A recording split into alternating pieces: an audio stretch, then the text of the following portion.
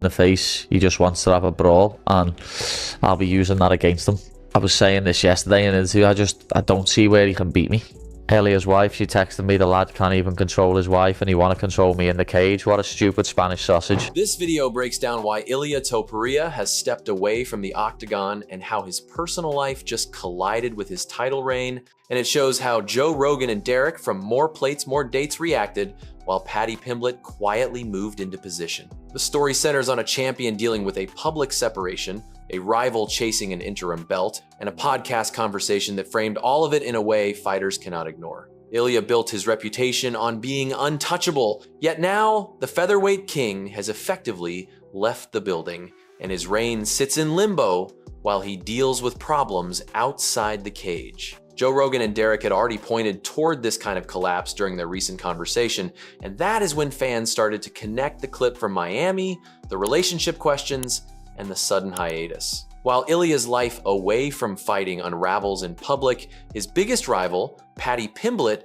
is doing the one thing nobody expected from him, which meant the usual chaos people associate with his name suddenly went quiet. No jokes about hand sanitizer, no goofy press conference one-liners, and no social media digs at a man going through family issues, because Paddy now keeps his energy locked on the interim title instead of the headlines. Paddy understands that Ilia might not simply be taking a short break, and that awareness shapes every move he makes as he closes in on UFC 324. What nobody expected was that the loudest personality in the division would pick this exact moment to stay measured, and that choice tells you everything about how serious he takes both the belt and Ilia's current situation. Well, I know I want to come and win the belt, but obviously I want to have an entertaining fight. Don't want to have a boring fight, lads. And I think it's impossible when Justin Gaethje's in the other corner. You know what I mean? You can't not have a good fight when you're fighting Justin Gaethje. So, but I think everyone's going to be shocked, to be honest, because I think I'm going to knock him out.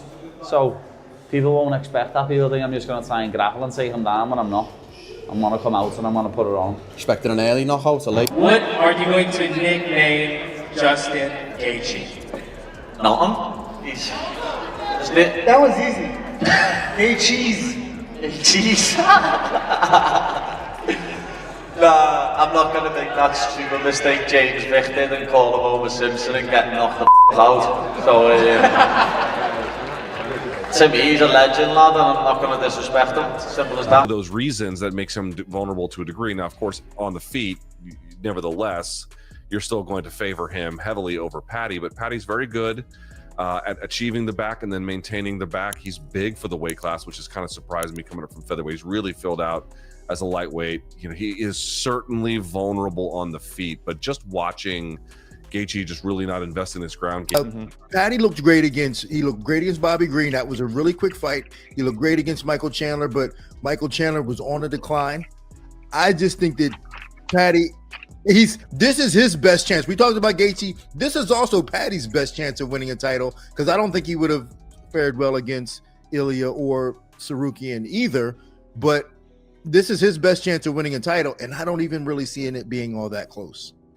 You see this being a dominant Justin Gaethje stoppage win? You reckon he catches him here, Dean? I think he catches him. I think that Justin Gaethje I think a guy like Paddy's tailor-made for him. You know, he moves well, but I think that, you know, if Justin Gaethje, especially if he gets back to those leg kicks, and, you know, he's been looking better on his feet in terms of his movement itself. But, you know, when he gets rolling downhill, man, it's hard for anybody to keep up with him. I think Justin Gaethje wins this. It's really, really hard fight to pick, because Justin's a really hard guy to prepare for. You can't just spar with your friends and your teammates in the cage and think you're ready for a Justin Gaethje fight. You have to get out of your element and have guys get in your face and stand in the pocket and come after you, so you can get ready for this kind of pace and this kind of pressure. If Paddy does that, he'll be able to make adjustments and learn how to deal with someone like Justin in his training camp. But if he waits for the night of the fight, you know, it could be too late for a guy like Justin. Well, what a freaking segue, Eddie. I don't know if you realize this. The show's going to come out. I think 5 rounds. This is the common take. Everybody gonna say that, not only me. But if Justin Gaethje doesn't stop him on the beginning, he's going to lose. I think everybody thinks like that. And I think Paddy Pimblett will beat Justin Gaethje. That's what I think. Yeah, I think he's going to submit him, bro. But I don't think the odds are right.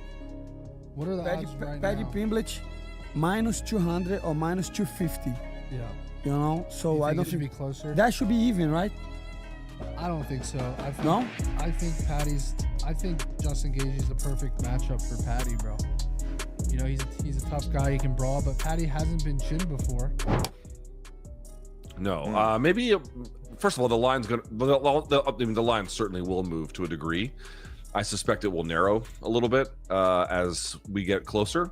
So the degree to which Justin is an underdog now, that might narrow to where we're asking a question about very, a different kind of odds situation, but not necessarily. I mean, the last, his last win, his last good win. I mean, the Fiziev win was nice, but the good win was, of course, the same day as Crawford Spence, July of 2023.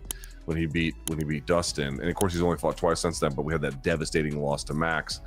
What I'm trying to make is, the dude's got a ton of miles on him. You could have argued prior to that he might have been kind of peaked. He certainly peaked and slowing down to a degree. I think definitely he's still a viable guy, and I think he is a dangerous threat, but I don't think anyone would argue this is the very best version of him, nor the freshest. And for those reasons, that makes him vulnerable to a degree. Now, of course, on the feet, nevertheless, you're still going to favor him heavily over Paddy, but Paddy's very good at achieving the back and then maintaining the back. He's big for the weight class, which has kind of surprised me coming up from featherweight. He's really filled out as a lightweight. He is certainly vulnerable on the feet, but just watching Gaethje just really not invest in his ground game, and more to the point, like watching Khabib. If you recall what he did in that takedown that Khabib got him in, where he finally submitted him, he shoots the takedown and Justin sprawls. It's a good sprawl, but Khabib doesn't. I think 5 rounds. If this is the common take, everybody gonna say that, not only me, but if Justin Gaethje doesn't stop him on the beginning, he's going to lose. I think everybody thinks like that, and I think Paddy Pimblett will beat Justin Gaethje. That's what I think. Yeah, I think he's gonna submit him, bro. But I don't think the odds are right. What are the odds right Paddy now? Pimblett minus 200 or minus 250. Yeah. So I don't it should think be closer. that should be even, right? I don't think so. I think No? I think Justin Gaethje is the perfect matchup for Paddy, bro. He's a tough guy. He can brawl, but Paddy hasn't been chinned before. I personally don't think it's going to be that close at all. I mean, Paddy Pimblett's crafty. He's a crafty fighter. He's got a very strong skill set. He's not afraid to fight off of his back. He doesn't wrestle all that well, but he uses his length well in terms of his kicks. But I just think the amount of violence that Justin Gaethje brings to the fight is going to be too much for Paddy. I mean, we saw what Paddy did against Jared Gordon, and a lot of people think he lost that fight. And Justin Gaethje is not Jared Gordon. You know what I'm saying? Like, it's awesome. Like, there's no way I don't think Gaethje versus Pimblett's going to be an absolute banger. When you start thinking about that, like, how do you see it kind of going down?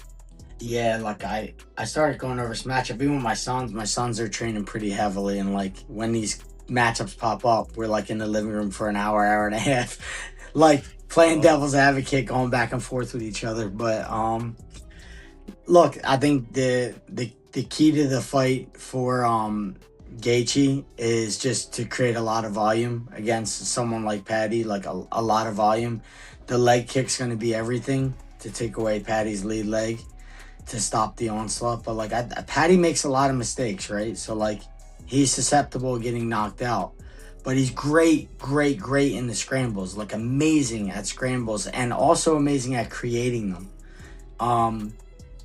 If Justin had a weakness, like if I said, hey Justin, we want to attack him here, make sure, it would be his jiu-jitsu. He has great wrestling, he has great stand-up, and he's starting to get more defensive, like minded, where he's able to throw shots and not get hit. If he had a weakness, it'd be jiu-jitsu, and that's where Paddy's strong. So it's really hard fight to pick, because Justin's a really hard guy to prepare for. You can't just spar with your friends and your teammates in the cage and think you're ready for a Justin Gaethje fight. You have to get out of your element and have guys get in your face and stand in the pocket and come after you so you can get ready for this kind of pace and this kind of pressure.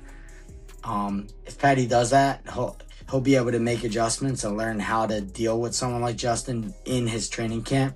But if he waits for the night of the fight, you know, it could be too late for a guy like Justin.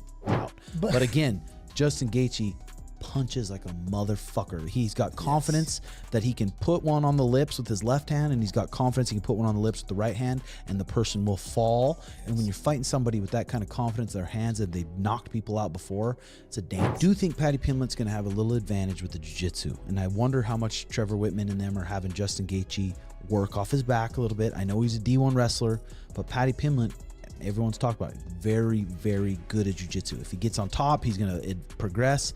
Justin Gaethje, if you don't have some sort of guard where you can be smart on the stand-ups, you just try to stand up right away. Strangle. Jiu-jitsu black belts love that. They're going to take your back, put a body triangle on, and you never know how good they are at finishing. And also, Paddy Pimblett, from his guard, he's very dangerous from his guard. He's confident with his armbar. He's confident with his triangle. I'm wondering how much they're having him train jiu-jitsu. But I know Paddy Pimblett and Justin Gaethje is a very competitive fight. It's going to be an exciting fight. And I'm not saying other fights not going to be exciting, you know, but at the end of the day, we know Paddy and Justin Gaethje is going to be a complete firework. There's no way in hell this fight will go 5 rounds. There's no way, you know. Are you surprised that Justin opened as like a plus 200 underdog? I think it's already starting to flip a little bit. It's no problem. He was underdog was Tony Ferguson too. What happened? You know, he was underdog was Dustin Poirier second time. What happened? You know, it's okay. You can doubt Justin. But I'm going to tell you something. If Justin fights in Shell, he's going to make it sleep. I respect Pimblett. I think he's very underrated. I think a lot of people talk shit about him. But I was like, the guy never lost in the UFC. How are you going to talk shit about him? But I think if Justin Gaethje, touch his chin, he's going to make him go to sleep. But vice versa too. He have very good grappling. It's a very intriguing. Fact by fact, the picture gets grim very quickly. Because instead of defending his title at the end of the year, Ilia Topuria now spends his time working through a public separation at the exact point when his star looked brightest. Since October, fans watched the social media signs appear one by one, with deleted photos and unfollows setting off alarm bells long before any official statements came out. Ilia eventually confirmed that he would step away from the octagon for personal reasons, and the result was a champion who suddenly looked human in a way people had never seen before. A fighter who once walked into arenas with complete certainty now has to split his focus between lawyers, family conversations, and the pressure of holding on to a legacy that felt locked in only a few months earlier. Across the cage from that chaos stands Paddy Pimblett, and this is where it gets strange, because you would expect the man who once tried to fight Ilia in a hotel hallway to celebrate every piece of that drama. During a recent interview with the Full Send crew, his response went in the opposite direction, and that change in tone caught a lot of fans off guard. Paddy told him he wished Ilia nothing but the best with his family situation, and that those problems had nothing to do with fighting, which meant he drew a clear line between rivalry and real life exactly when he could have piled on. That kind of restraint does not erase the old beef between them, yet it shows a different version of Paddy, one who believes he can walk past a wounded champion and take everything he wants inside the cage instead. Joe Rogan and Derek helped frame this entire situation when they sat down on a recent episode of the podcast and started talking about what they now call the Miami theory. Their conversation pulled up an older Nelk Boys clip where someone joked about meeting your wife in Miami, and Ilia appeared to laugh it off while his body language told a slightly different story. Rogan used that moment to talk about how relationships that start in high-profile party environments often face serious stress once fame and money really hit. And that is where the theory took shape. The idea was simple and harsh at the same time, because if the emotional foundation at home crumbles under that pressure, a fighter cannot walk into a title defense with the same edge, no matter how tough he feels in the gym. That clip, paired with the breakup rumors that exploded in October, made the Miami theory feel less like idle talk and more like a warning that had arrived too late. Rogan explained that champions need home lives that feel like fortresses rather than revolving doors, and when the walls at home fall down, they rarely step into the cage as the same person. Ilia's hiatus shows that idea in real time, and this is where it gets even heavier, because his situation is not a hypothetical case study or a distant example from an old era. A reigning champion with a huge fan base now lives out the exact scenario Rogan described, which meant the theory turned into a playbook for what can go wrong when personal choices outside the gym finally catch up. Stylistically, this matchup hides a trap that suits Paddy's skill set far more than many people care to admit. Justin Gaethje earned D1 All-American status as a wrestler, yet his entire UFC identity revolves around all-out brawls instead of systematic takedowns and control. That choice creates a specific pattern,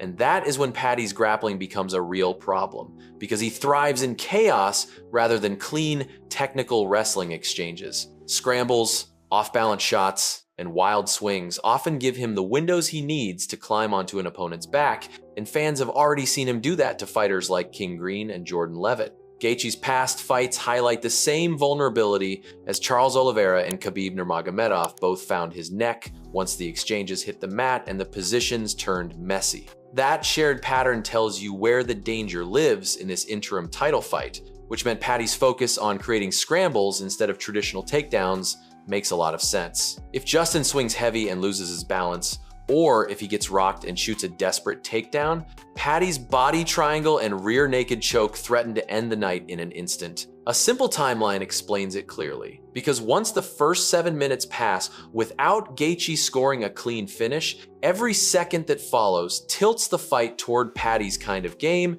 and this is where it gets very uncomfortable for Justin's supporters. While Ilia steps back, the business of fighting keeps rolling, and UFC 324 on January 24th in Las Vegas now holds the key to what happens next in this division. Paddy Pimblett meets Justin Gaethje that night for the interim lightweight title, and the stakes for both men stretch far beyond one belt. Odds makers open Gaethje as roughly a 2-to-1 favorite, and that number instantly told you how most people still view this matchup. Justin carries a reputation as one of the most violent lightweights in history, with a record filled with showdowns against Khabib Nurmagomedov, Charles Oliveira, and Dustin Poirier, which meant the betting lines leaned heavily toward the proven veteran. Age, however, does not care about highlight reels, and Gaethje enters this fight at 37 years old in a division where athletic decline shows up very quickly. Max Holloway's knockout of Gaethje served as a brutal reminder that durability fades, and analysts like Luke Thomas have talked openly about how fighters can look elite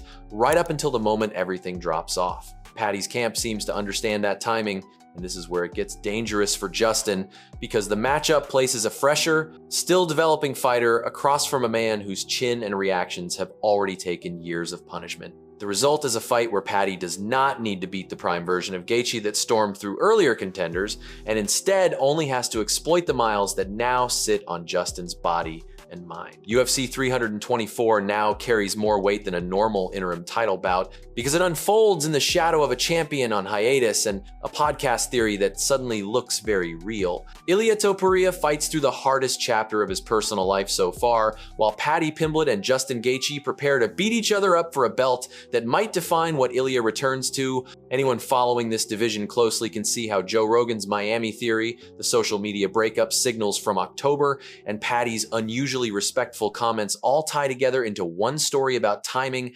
pressure, and opportunity. Viewers who ride with this channel can share where they stand on that story in the comments, whether they lean toward Rogan's view of the situation or see it differently, and those reactions help shape which angles get covered next. Subscribe and turn on notifications to catch the detailed technical breakdown of Gaethje versus Pimblett that comes next, because that video will walk through the fight sequence by sequence and show exactly how this interim title clash might play out. I will be back soon with that full breakdown and more on how Ilia's next move fits into everything you just heard. Step back and look at the bigger picture, and the timing almost feels scripted, even though real life rarely lines up this neatly. Ilia spends the closing stretch of the year managing a broken relationship and an uncertain return date, while Paddy walks into an interim title fight that could instantly shift the balance of power in the division. For roughly 2 years, Ilia dismissed Paddy as a bum who did not belong on his level, and fans repeated that narrative every time the rivalry came up online or in interviews. That changed when rumors of Ilia's split began to dominate the conversation at the exact moment UFC 324 locked in Paddy opposite Justin Gaethje, which meant the man he mocked now stands 1 win away from holding a belt of his own. The UFC machine never pauses for personal issues, and Dana White has said for years that the show moves forward no matter who needs time off. If Ilia requires months, or even a full year, to straighten out his life away from the cage, Paddy Pimblett could easily become the face that carries the division in the meantime. None of that erases what Ilia already achieved, yet the story fans tell about these two men would flip completely because the so-called hand sanitizer boy would stand in the champion's role while the original belt holder tries to put his world back together. The result is a scenario where the next interim title fight does not just fill a schedule gap, and instead quietly decides who controls the narrative when Ilia finally comes back.